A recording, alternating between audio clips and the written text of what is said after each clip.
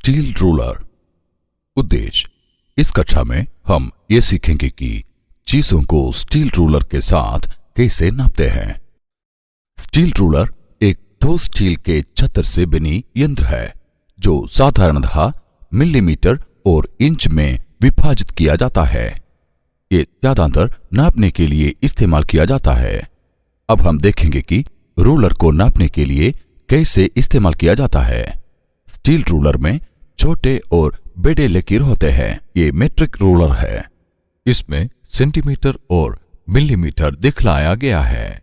नजदीक से देखेंगे तो इन पे नंबर दिखेंगे। ये सेंटीमीटर है।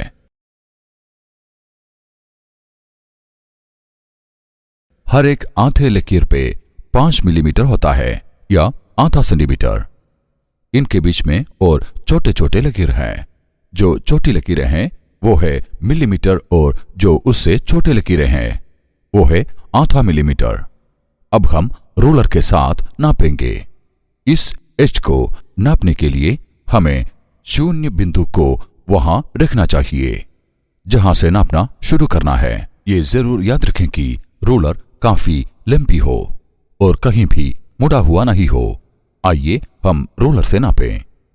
इस वस्तु की नाप लेने के लिए हम शून्य को वहां रखें जहां से हमने नापना शुरू करना है। ये आप जरूर ध्यान दें कि रूलर लंबी हो और कहीं पर भी मुड़ी नहीं हो। अब हम गिनेंगे 1, 2, 3, 4, 5, 6, 7, 8, 9, 10, 11, 12। 12 बड़े लकीर का मतलब है कि 12 सेंटीमीटर। अब हम मिलीमीटर को गिनेंगे। ये 2 छोटे लकीर है। ये नाप है 12 सेंटीमीटर और 2 मिलीमीटर। हम नाप को इस तरह से भी व्यक्त कर सकते हैं कि 122 मिलीमीटर। ये ऐसे हिसाब हुआ कि 120 मिलीमीटर और 2 मिलीमीटर को जोड़ें। ये हमारा आखिरी नाप है। ये पत्थर कितना लंबा है? ये 122 मिलीमीटर है। रूलर के निचले भागों में इंचों की नाप है। आप बड़े लकीर और नंबर इन पे देख सकते हैं। इंच की स्केल नाप को इंच में और इंच के हिस्से को नापता है।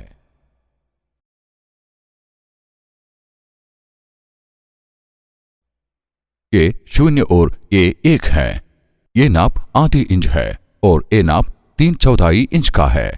ये नाप 1/8 इंच का हिस्सा है और ये 1/16 इंच का हिस्सा है और ये आखिरी लाइन है 1/32वां हिस्सा इंच का। इसलिए जो नाप लिया जाता है वो है 1 और 1/2, 1 और 1/4 तथा 1 और 1/8 इंच इत्यादि।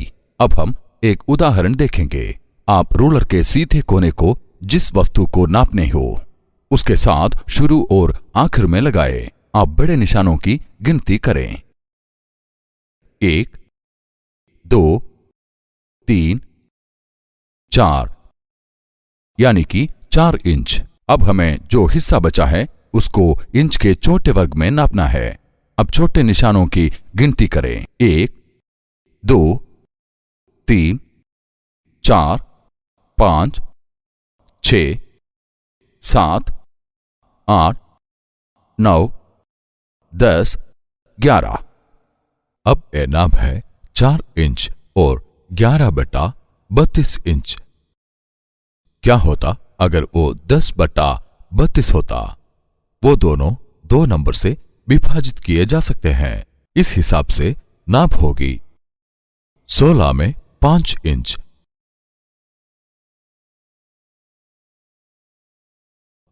क्या होता अगर वो 12/32 होता?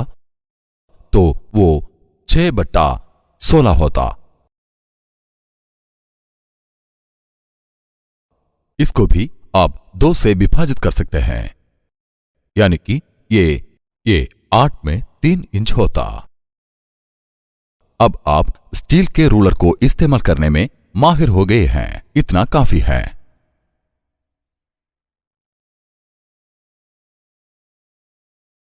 सारांश। अब आप किसी भी वस्तु को स्टील रूलर के माध्यम से नाप सकते हैं। धन्यवाद।